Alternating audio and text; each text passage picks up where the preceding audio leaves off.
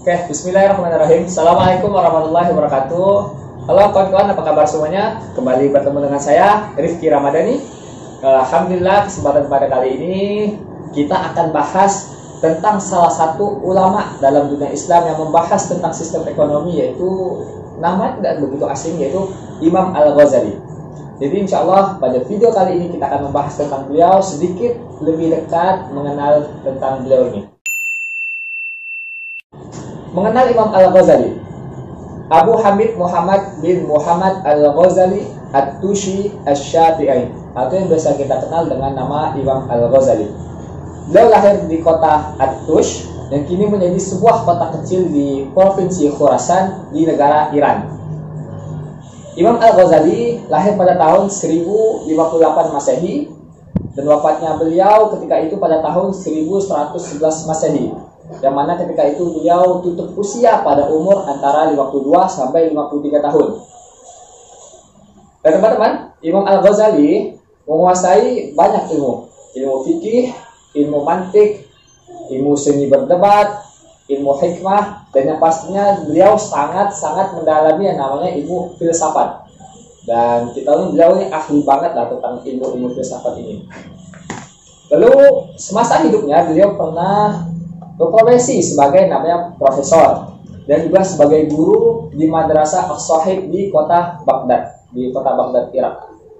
Lalu ketika beliau setelah selesai belajar kembali ke kota asalnya, yaitu kota At-Tush di negara Iran dan kini menjadi provinsi Khurasan. Di kota tersebut beliau mengajarkan ilmu fikih dan sufisme. Nah, jadi beliau ini seorang sufi juga.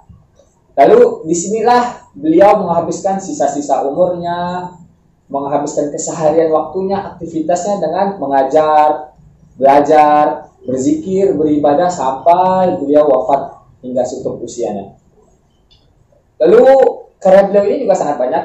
Di antara ada kitab Al-Basit, Al-Mustashfa, Syifa'ul Ghalil, dan salah satu kitab yang paling monumental yang pernah gue temuin ini ada namanya kitab Ihya Ulumuddin. Kitab yang memberikan percikan-percikan pemikiran dari Imam Al-Ghazali yang membahas hampir secara teliti di semua sektor ekonomi.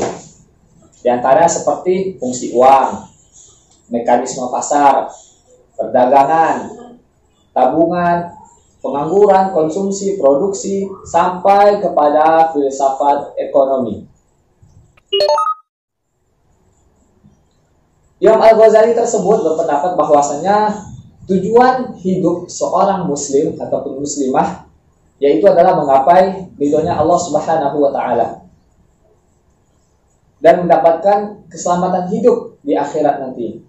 Lalu salah satu sarana ataupun media untuk mencapai tujuan tersebut adalah dengan harta yang halal beserta dengan kegiatan perekonomian. Karena apa? Karena nampak jelas hubungan antara akidah Islam dengan persoalan dan kegiatan ekonomi. Hakikat hubungan ini adalah antara sarana dan tujuan, atau yang biasa kita dengar dengan al-wasilah wal ghayah. Lalu Imam Al-Ghazali berpendapat penting banget tentang ilmu ekonomi ini. Hal ini penting karena untuk menegakkan kewibawaan umat dan mengendalikan arah peradaban Islam yang lebih baik agar tidak melenceng dan bahkan sampai tidak menuju ke arah yang namanya materialisme ataupun hedonisme. Karena apa? Karena ketika itu ilmu-ilmu yang berkembang di wilayah negara barat di Eropa pada masa Romawi mungkin ketika itu dilandasi oleh materialistis, hedonisme, anti Tuhan, sehingga tidak membawa seseorang itu kepada keimanan, bahkan menuju yang namanya kekufuran.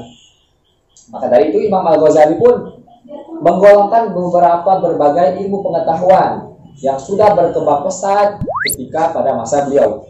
Semua ilmu itu bermanfaat dan dapat digolongkan menjadi dua kategori, yaitu wajib dituntut secara fardhu ain maupun fardhu kifayah. Nah, contoh fardhu kifayah seperti apa? Seperti ilmu matematika, ilmu hisab, ilmu astronomi, ilmu geografi, ilmu kesehatan, kedokteran, dan yang pastinya ilmu ekonomi. Dan Al-Ghazali ini pun kita tahu betul beliau tidak menerima yang namanya dikotomi, digolong-golongkan, dikotak-kotakkan gitu ya. Jadi tidak dipisahkan antara ilmu agama dan ilmu muamalah, ilmu ekonomi, ilmu politik. Tidak terpisah. Karena beliau berpendapat bahwasanya kedua hal ini antara agama dengan ekonomi, antara agama dengan politik, bahwasanya sesungguhnya sangat berkaitan erat dalam hal Islam. Hakikat konsumsi. Pembahasan tentang konsumsi erat kaitannya dengan kebutuhan atau hajat dan keinginan atau syahwat, nafsu. Dan menurut Imam Al-Ghazali, kegiatan konsumsi yang dilakukan manusia tidak boleh keluar dari koridor ibadah, agar kegiatan konsumsi yang dilakukan dapat bernilai ibadah di mata Allah Subhanahu wa taala. Dalam melakukan kegiatan konsumsi, seorang muslim tidak boleh melupakan niat konsumsinya, yaitu apa? Yaitu beribadah kepada Allah Subhanahu wa taala. Sehingga kegiatan konsumsinya tidak kosong tetapi jadi lebih yang namanya bermakna. Adapun teman-teman, dari sudut pandang konvensional yang bersifat materialistis, melihat bahwa konsumsi merupakan fungsi dari keinginan nafsu, harga barang, pendapatan, dan lain-lain, tanpa memperdulikan pada dimensi spiritual karena dianggap berada di luar wilayah ekonomi. Lalu kemudian Imam Al-Ghazali membahas dari segi kebutuhan dan keinginan.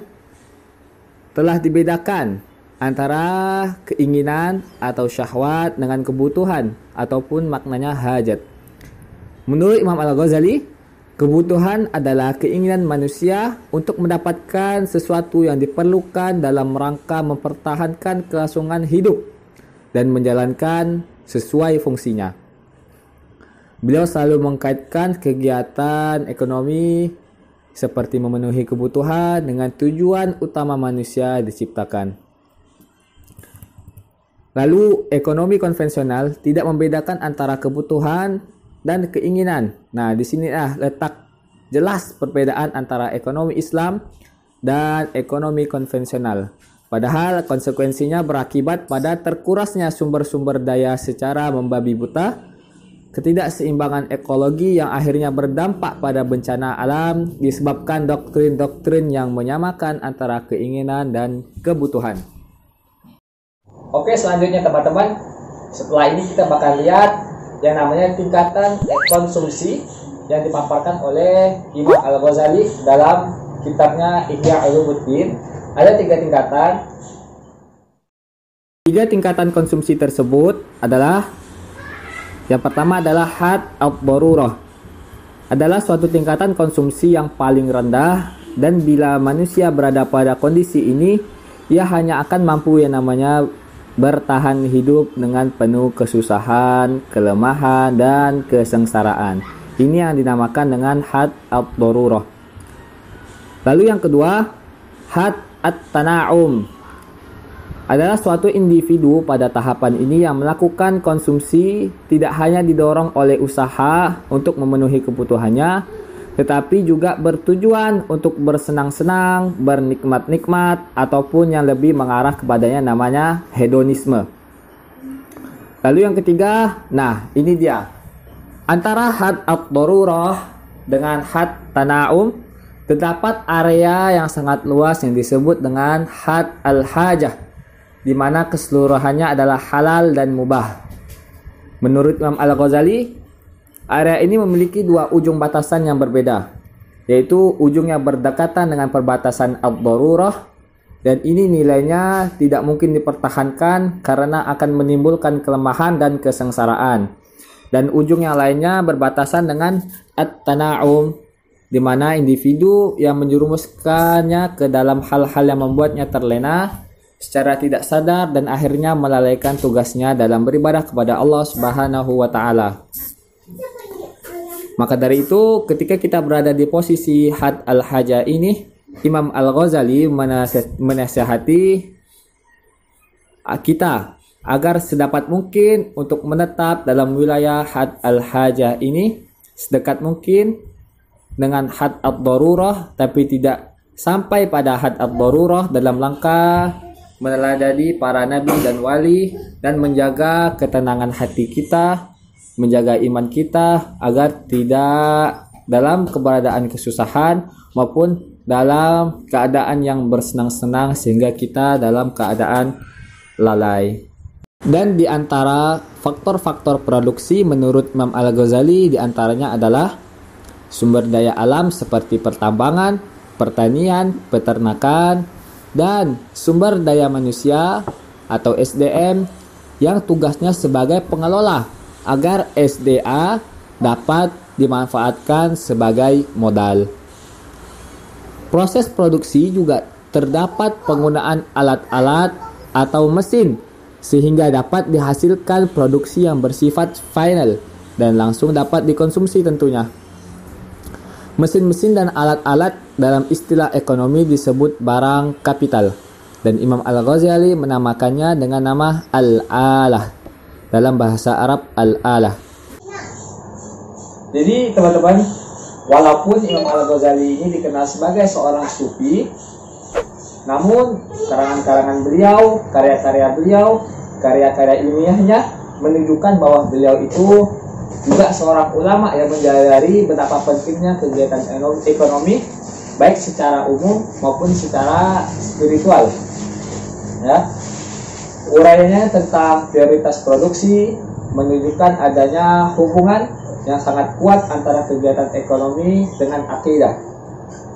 Dan di akhir ini pun Al-Ghazali menyatakan bahwa kedudukan tiap-tiap produksi atau industri itu berbeda-beda. Ada yang wajib sifatnya, ada yang penting, dan ada yang kurang penting. Nah, itu dia teman-teman sedikit cerita tentang percikan pemikiran-pemikiran ekonomi dari Imam Al-Ghazali. Dan ini aja yang bisa gue sampaikan pada video kali ini. Dan terima kasih buat kawan-kawan yang udah nonton video ini sampai akhir. Dan jangan lupa tentunya share, like, and subscribe.